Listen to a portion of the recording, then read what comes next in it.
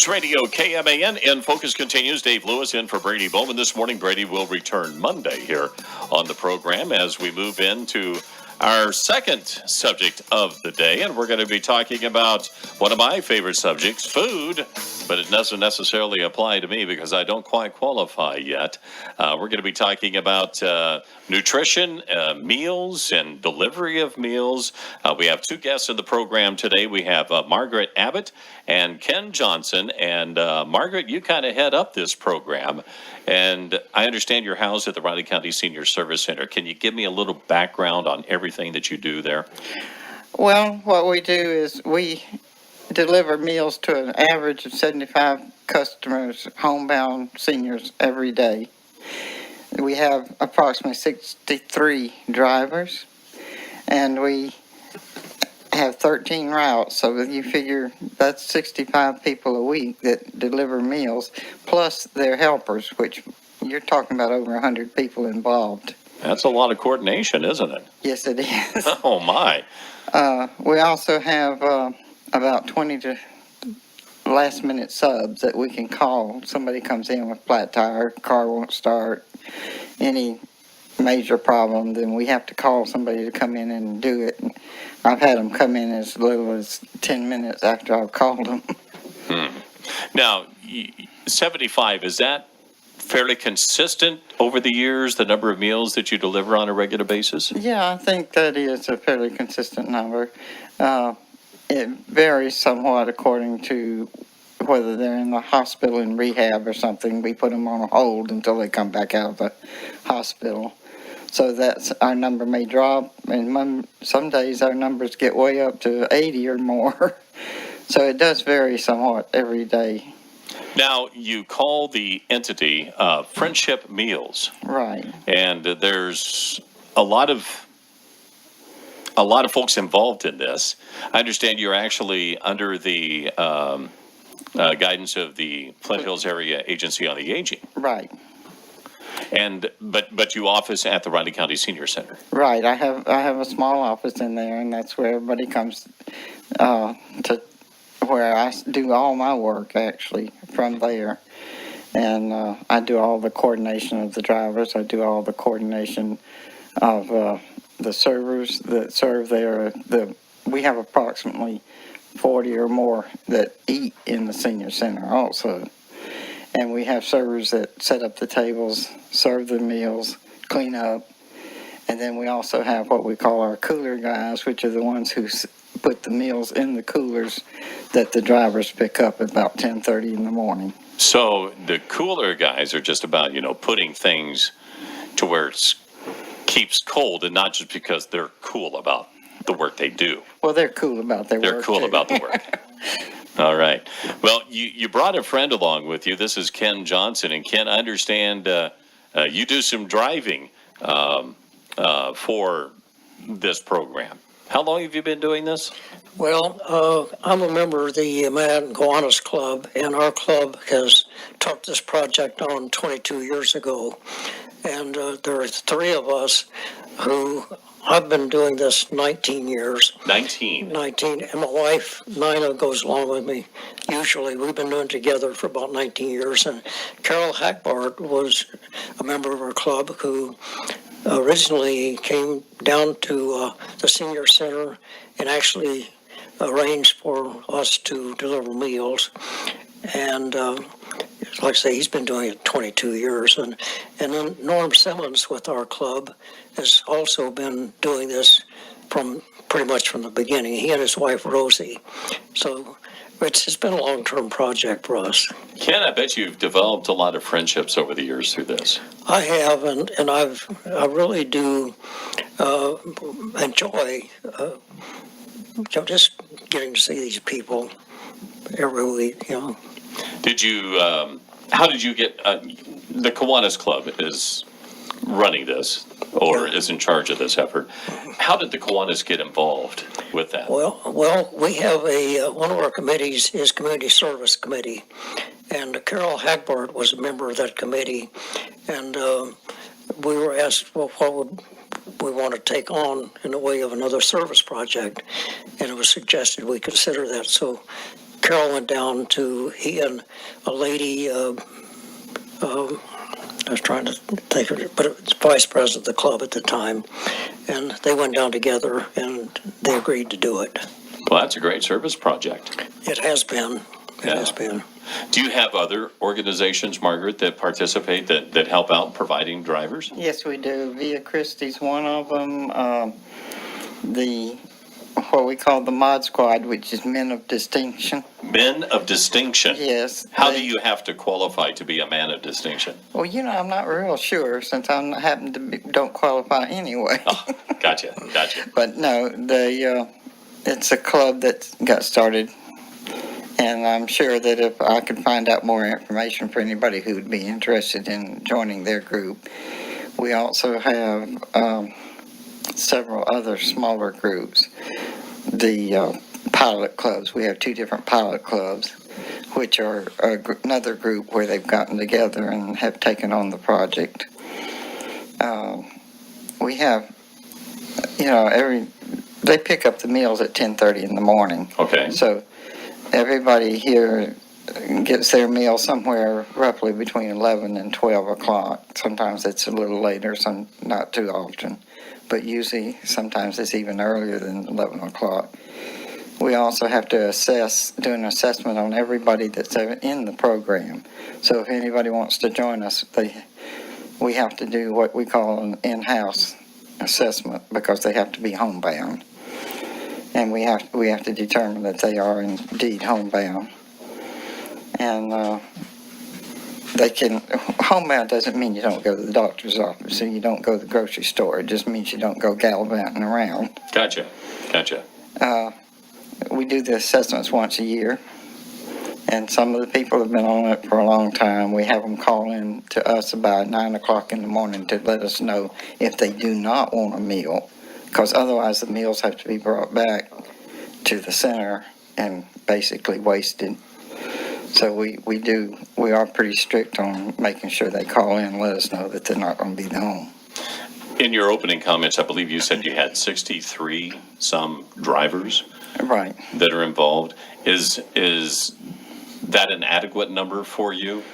Well, not really. We can You want always more? use extra because, like I say, we have maybe 10, 20 people on reserve, but we've got 63 permanent drivers right now. That some of those drivers are taking 2 routes a week.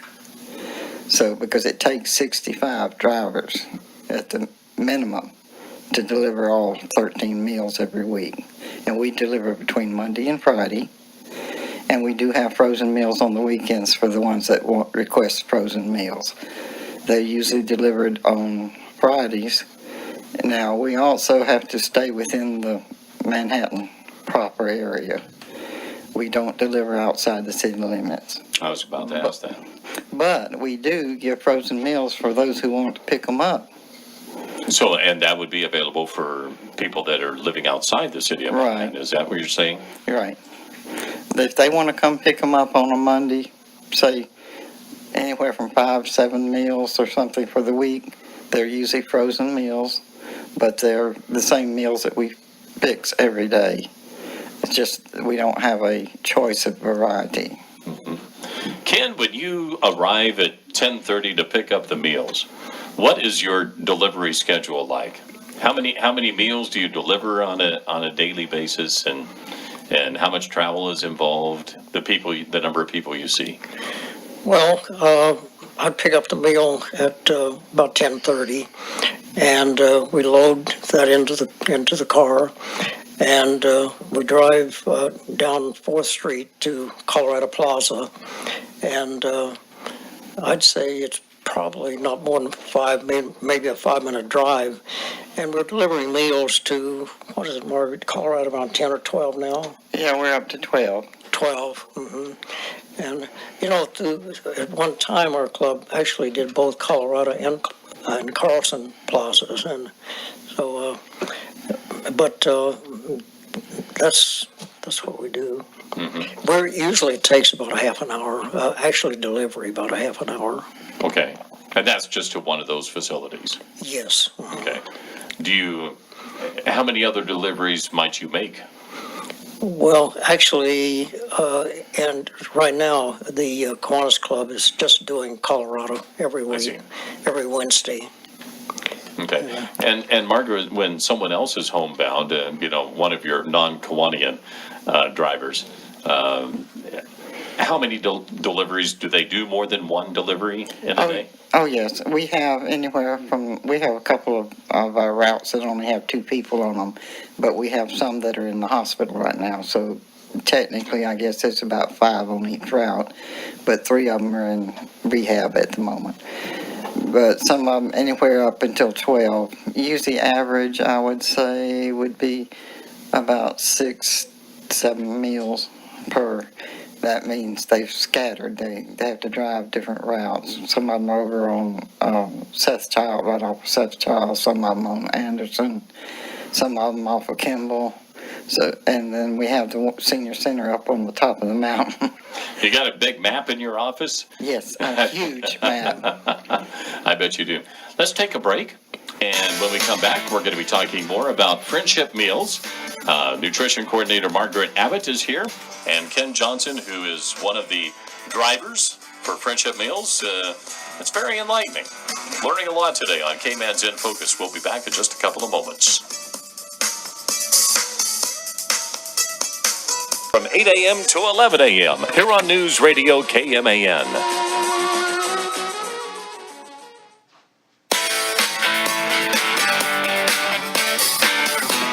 Back on KMAN's In Focus this morning, Dave Lewis in for Brady Bowman.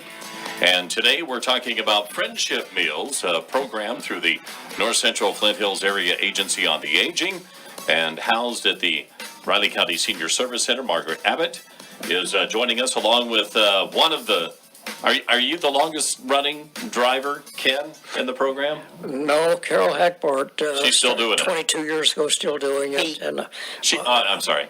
yeah.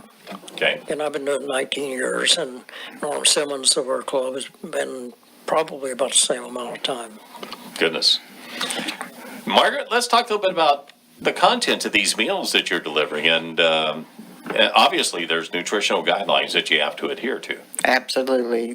We have a nutritionist that's over at the area agency that maintains a list of the meals that are appropriate. And we don't put a lot of salt or anything like that because there's so many people who can't have salt. So, it's like salt your own meal when you get it. Okay. We have things like chicken fried steak, which is real popular. You didn't bring one of those with you? No. That would have been nice. That would have been a nice snack here. We're having corned beef and cabbage today. Are you now? Well, that would make sense. And then this morning we're having green waffles. Green waffles. Right. Did you try some green waffles this morning, Ken? I wasn't there for breakfast. Not early enough, huh? No. Yeah, probably we'll catch it on the way back. Okay. Yeah. What are some of your more popular items? Well, that's one of them. Usually they like the stews that we do, either beef stew or they also like the breakfast casserole. Oh. Yeah, that's. I bet so. Yeah, it's egg and ham and potatoes. And those are easy to make and easy to keep, aren't they? Oh yes, they also get frozen. Mm-hmm. So any of these meals that we have, like chicken fried steak, or we had Salisbury steak the other day. It's another popular one.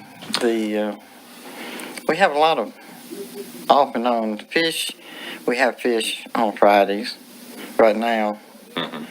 And we are having liver and onions on the 30th of March. This is the first time we've had it in about 2 months. Why? Because they've been requesting liver and onions. Okay. I like. We were liver. talking with Greg McClure earlier about turnips, and liver and onions, and I grew up with it. Not really so much the onions, but there wasn't enough ketchup in the world to cover that up, as far as I'm concerned. Well, they got to be cooked right. Yeah. Yeah, Mom thought she did a pretty good job with it. Yeah. Well, as long as it could be cut with a fork, then it was good. If it couldn't be cut with a fork, you can use it as shoelaces. There you go. I mean, Shoe leather. shoe leather. What about people that have other dietetic issues, like for those with diabetes? Well, what we do is we can't set up the meals for everybody. I mean, we have to set up the meals for everybody. Gotcha. So basically what we tell our clients is eat what you know that you can eat, and don't eat if we send you a lot of fruit. Now, if you can eat fruit, fine. Or if we send you cake and you shouldn't be eating cake, that's something you're going to have to decide for yourself. So we cannot tailor all our meals for specific purposes. Certainly. But 75 of those a day. Now, how is your program funded? It's through the federal government on the area agency for aging. It's also funded through state and local area agency. We got a Riley County Council on Aging. It's funded through different programs, but mainly the main one is the federal one. Have you had challenges with funding in today's cut world? Absolutely, because according to what we put out, everyone pays what they can reasonably afford. Meals are $3.50 each, which is a fairly decent price. Yes, it is. For and these are big meals. These are not small meals. Uh-huh. And usually I find that a lot of our clients use them as lunch and supper. They get 2 meals out of it. Yeah, and but it's funding is the thing that the government only pays so much, and one of the problems with getting this, what I was talking about, doing assessments for people, if we don't have the proper assessments at the right time, then we have what we call missed meals, and the government won't pay us for it. So it's real important that when we call somebody and say, we need to do a new assessment on you because it's, you yearly ones due, we really need for those people to go ahead and set up the appointment. Because the government only pays so much of each meal, and each meal really does cost about $5 each. So the government's having to make up the $3.50 to the $5.25, and we can't have any missed meals. Missed meals is when somebody just doesn't do their assessment. Now, you don't want to have a lot of go to waste, do you? No. Not by any means. Do you foresee a time, and I'm sure you probably have discussed this, where you may have to do some fundraising to keep your program going? Or Yeah. do you already have some fundraising efforts in place? Well, actually, there is a fundraising effort. I'm waiting for Via Christi. They did a collection. I think they collected $5 per person, and it's several hundred. Well, I think about $800 or something that we're waiting to come from Via Christi to help out with the Meals on Wheels. Listen to me, I call it Meals on Wheels because it's what everybody else calls it. That's a common term. Yeah, people understand it better than they do friendship meals. Mm-hmm. But we're waiting for that, and that other areas, the agency puts out calls for supplemental amounts of money. So anybody that's willing to come in and pay us money for meals for anybody who's not being able to afford the full $3.50 is always appreciated. Those would be donations.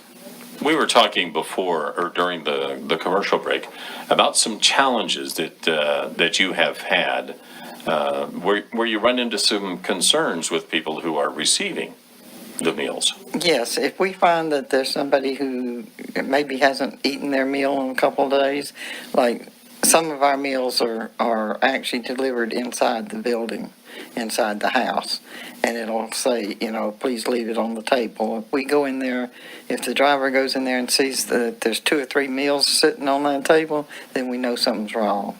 So we normally try to get in touch with the family member, or in some cases it's only a friend that they've got listed, to find out what's going on. And that's when we find out they're either in the hospital or went to the hospital and went to rehab, and nobody called us to let us know. But because we never know for sure what reason it is that those meals are not eaten. Mm-hmm. Ken, you've been driving for a really, really long time, couple days a week from what it sounds like. Well, actually, no.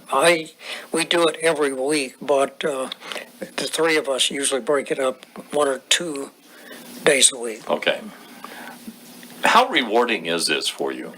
Well, it's very rewarding because, in my mind, seeing that people get food, adequate food, is one of the most important things that we can do. And that's why we also are involved with picking up groceries for Breadbasket, is we do that once a week on Thursdays because, we believe that's important. As a child in the Depression, I knew what it was to go without food for a while, and so I understand that. Well, Margaret, there's lots of things that we can encourage our listeners to do to help out if we have some folks that want to become a driver. What's the process like? Well, first of all, they can call me.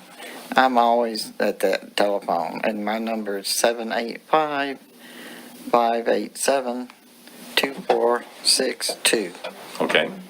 And they can call me, and then I'll write down the information. We get calls from K-State students, too, to help out. Most of them are helping right now, being servers. Some of them are drivers. We'll be running into the spring break right shortly.